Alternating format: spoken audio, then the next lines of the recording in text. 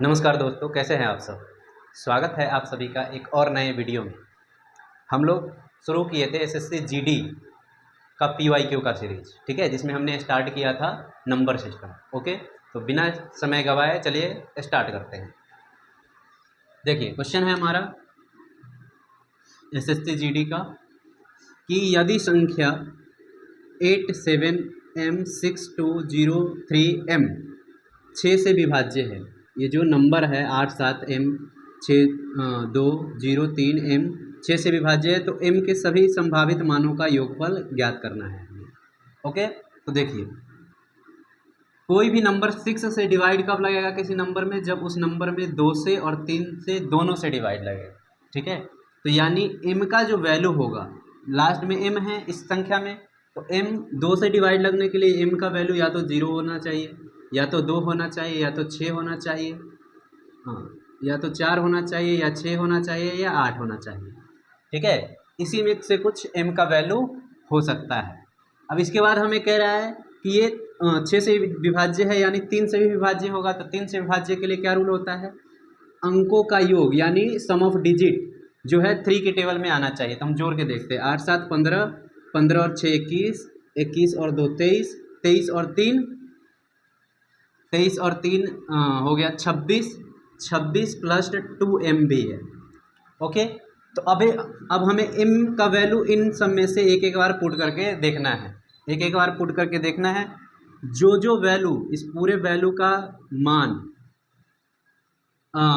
3 का टेबल में ला देगा, ठीक है, 3 के टेबल में ला देगा, वही वो इसका आंसर होगा। तो देखिए, 0 पुट करेंगे तो ये 0 हो जाएगा 2M।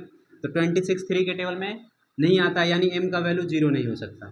2 अगर पुट करें तो 2M है, 2 2 जा 4, 4 और 26 30 होता है, तो ये 3 के टेबल में आ रहा है, यानी 2 हम ले सकते हैं। 4 अगर पुट करें तो 4 दूना 8, 8 और 26 हो जाता है 34, 34। तो ये भी 3 के टेबल में नहीं आता है, तो हम इसका मतलब 4 भी नहीं ले सकते। 6 लेंगे, 6 पुट करके देखेंगे। 6 को अगर 2M में पुट करेंगे तो 2 6 जा 12 और 12 और 26 38 हो जाएगा। तो ये भी 3 के टेबल में नहीं आता है, यानी 6 भी नहीं लेंगे। इसके बाद है 8। अब 8 को यहाँ पे पुट करते हैं तो 8 दूना 16 हो जाएगा, 16 और 26 होता है कितना, 16 और 26 होता है 42। तो जो 3 के टेबल में आएगा यानी 8 हम ले सकते हैं, ठीक है।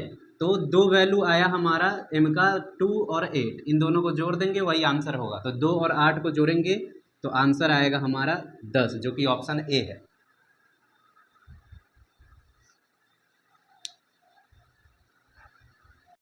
देखिए दोस्तों, अब नेक्स्ट क्वेश्चन है हमारा कि n बराबर दे रखा है हमें ये 475AB, धनात्मक पूर्णांक है जिसका दहाई अंक और इकाई अंक क्रमशः a और b है। यदि n, ये जो नंबर है, ये 5 से 8 से और 9 से विभाज्य है, तो 10a प्लस b का मान ज्ञात कीजिए। तो पहले हम a और b का मान ज्ञात करेंगे। क्या नंबर है, 475AB, ठीक है, और इसमें डिवाइड लगता है 5 से 8 से और 9 से। देखिए, 5 से डिवाइड लगने के लिए लास्ट का जो डिजिट है, यानी यूनिट डिजिट है, इकाई अंक है, या तो 0 होना चाहिए और या तो 5 होना चाहिए।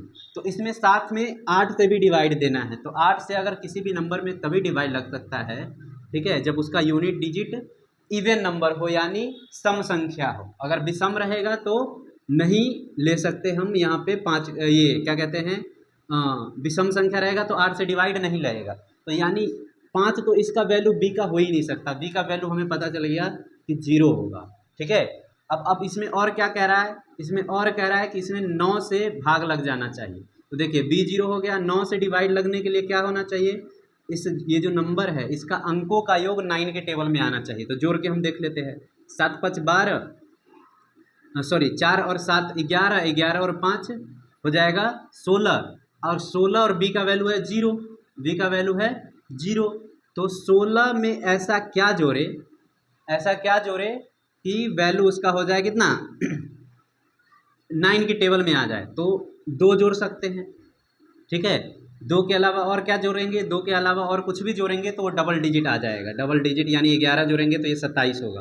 तो 2 ही जोड़ सकते हैं, यानी a का वैल्यू आ गया यहाँ से 2, a का वैल्यू क्या आ गया 2, हमें चाहिए किसका वैल्यू, 10a प्लस बी का, तो 10a, ए के जगह पे 2 पुट करेंगे तो 10 गुने 2 हो गया 20, और बी का वैल्यू 0 है तो बी का वैल्यू 0 पुट करेंगे तो 20 प्लस 0 20 ही होगा, जो कि ऑप्शन ए है। ठीक है, देखिए दोस्तों, अब नेक्स्ट क्वेश्चन है हमारा कि 2 का पावर 5, 5 का पावर 25 का पावर 2 और 3 का पावर 7 को मल्टीप्लाई करेंगे तो इसका इकाई अंक क्या होगा। ठीक है, तो देखिए किसी भी नंबर का अगर नंबर के ऊपर पावर दिया हो और उसका इकाई अंक निकालना हो तो हम क्या करते हैं, जो पावर है, ये तो छोटा छोटा नंबर है तो डायरेक्ट भी कर सकते हैं, वैसे बड़ा नंबर रहेगा तो जो पावर है उसको हम 4 से डिवाइड करते हैं। जैसे 5 का पावर 5 है यहाँ पे पावर, तो इसको 4 से डिवाइड करेंगे तो रिमाइंडर क्या आएगा इसका रिमाइंडर आएगा 1। ठीक है, ये 2 है तो 2 का करने की ज़रूरत नहीं है, यहाँ पे 7 है, 3 का पावर 7। अब वैसे देखा जाए तो ये इसका आंसर तो 0 होगा। ठीक है, वो मैं बताऊंगा, अभी मैं बता रहा हूँ मतलब तरीका क्या है। 3 का पावर 7 है तो यहाँ पे इसका अगर हमें इकाई अंक निकालना है तो हम क्या करेंगे, 7 को भी 4 से डिवाइड करेंगे। ठीक है, तो यहाँ पे रिमाइंडर क्या आएगा 3, रिमाइंडर आएगा 3। तो यहाँ पे देखिए 2 का पावर 5 था तो रिमाइंडर आया 1 4 से डिवाइड करने पर, तो 2 को 2 ही रखेंगे और जो रिमाइंडर आया पावर के रूप में वो उसको रखेंगे। वैसे 25 है, 25 का पावर कुछ भी कीजिए, 5 है इसके यूनिट डिजिट, तो इसका पावर कुछ भी कीजिए यूनिट डिजिट हमेशा इसका 5 ही आएगा। और 3 है, 3 का पावर 7 था तो 7 को हमने 4 से डिवाइड किया तो रिमाइंडर आया 3, यानी अब 3 के पावर के जगह 7, 3 के पावर के जो है 7 के जगह वहाँ पे हम 7 न रख के क्या रखेंगे, जो रिमाइंडर आया है यानी जो शेषफल आया है वो रखेंगे। अब इस सब का यूनिट डिजिट निकाल सकते हैं हम, 2 का यूनिट डिजिट 2, 5 का 5, 3 का पावर 3 है तो 27 आएगा और 27 का यूनिट डिजिट होगा 7 इकाई अंक, और इस सबको मल्टीप्लाई करेंगे तो आ जाएगा यूनिट डिजिट 0। ठीक है, 0 आएगा। तो देखिए ये तो तरीका मैंने बताया कि कैसे कर सकते हैं आप लोग। इसका आंसर तो बहुत आसान था, इसका आंसर देखिए इसमें 2 आ रहा है 5 आ रहा है, तो 2 और 5 मल्टीप्लाई होके क्या बनाता है, 2 और 5 मल्टीप्लाई होके 10 बनाता है। तो इसके साथ जितना भी नंबर रहेगा सबको मल्टीप्लाई करने पर यूनिट डिजिट क्या आएगा, 0 ही आएगा, तो इसका आंसर होता 0, इतना करने की ज़रूरत नहीं थी। ठीक है, देखिए दोस्तों, अब नेक्स्ट क्वेश्चन है हमारा कि संख्या ये किससे विभाजित है, 142 टू द पावर 2 माइनस 1 किससे विभाजित है, मतलब इसमें किससे डिवाइड लगेगा। तो 142 का स्क्वायर है माइनस 1 है। ठीक है, तो इसको भी पावर 2 लिखेंगे तो कोई फ़र्क नहीं पड़ेगा, 1 का स्क्वायर 1 ही होगा। अब ये ए स्क्वायर माइनस बी स्क्वायर पे है तो ए स्क्वायर माइनस बी स्क्वायर होता है ए प्लस बी का ए प्लस बी इंटू ए माइनस बी। तो यहाँ से आप इसको लिखेंगे तो ये आ जाएगा 143 और ये आ जाएगा 141, तो इसमें तो किसी से डिवाइड नहीं लगेगा। इसको हम लिख सकते हैं 11 इंटू 13। ठीक है, मल्टीप्लाई में है तो यानी ये पूरा नंबर 11 से भी डिवाइड लग जाएगा, 13 से भी, तो 13 इसमें ऑप्शन है तो आंसर हमारा 13 हो जाएगा, ऑप्शन सी।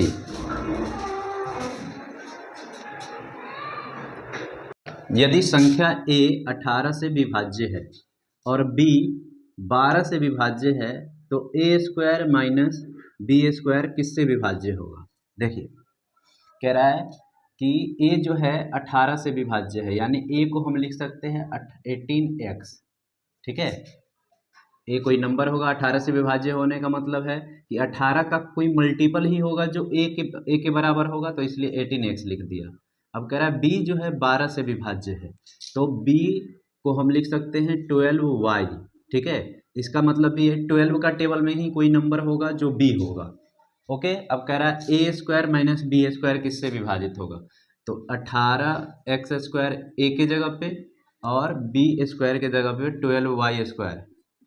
ठीक है, इसको सॉल्व करेंगे तो 324x स्क्वायर और माइनस 144y स्क्वायर। अब देखिए इसमें से जो हाईएस्ट कॉमन आएगा वही हमारा क्या होगा, वही हमारा आंसर होगा।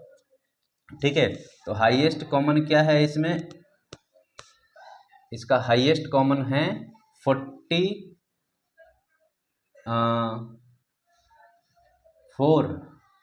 और 3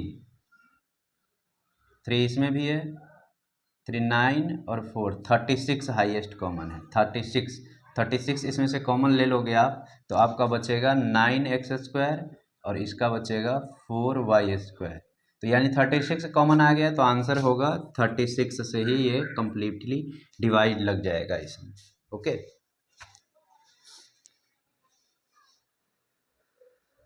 दोस्तों एसएससी जीडी का पूछा गया क्वेश्चन है कि 288 का 288 का कितने धनात्मक गुणनखंड होंगे, यानी इसका कितना फैक्टर होगा, ये हमें बताना है। तो देखिए किसी भी नंबर का अगर फैक्टर निकालना है तो उसका अभाज्य गुणनखंड पहले निकालिए, यानी प्राइम फैक्टर। ठीक है, तो इसका प्राइम फैक्टर जैसे एलसीएम से निकालते हैं वैसे निकाल सकते हैं आप लोग। तो इसका अगर हम प्राइम फैक्टर कर निकालेंगे तो आएगा 2 का पावर 5 और 3 का पावर 2। ठीक है, 2 का पावर 5 और 3 का पावर 2।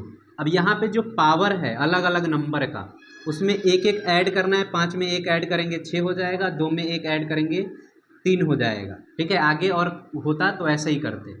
अब इसको मल्टीप्लाई कर देंगे, इसको मल्टीप्लाई करेंगे तो आंसर आएगा हमारा 18। ठीक है, तो यही आंसर है हमारा ऑप्शन ए, 18 इसका फैक्टर हो जाएगा।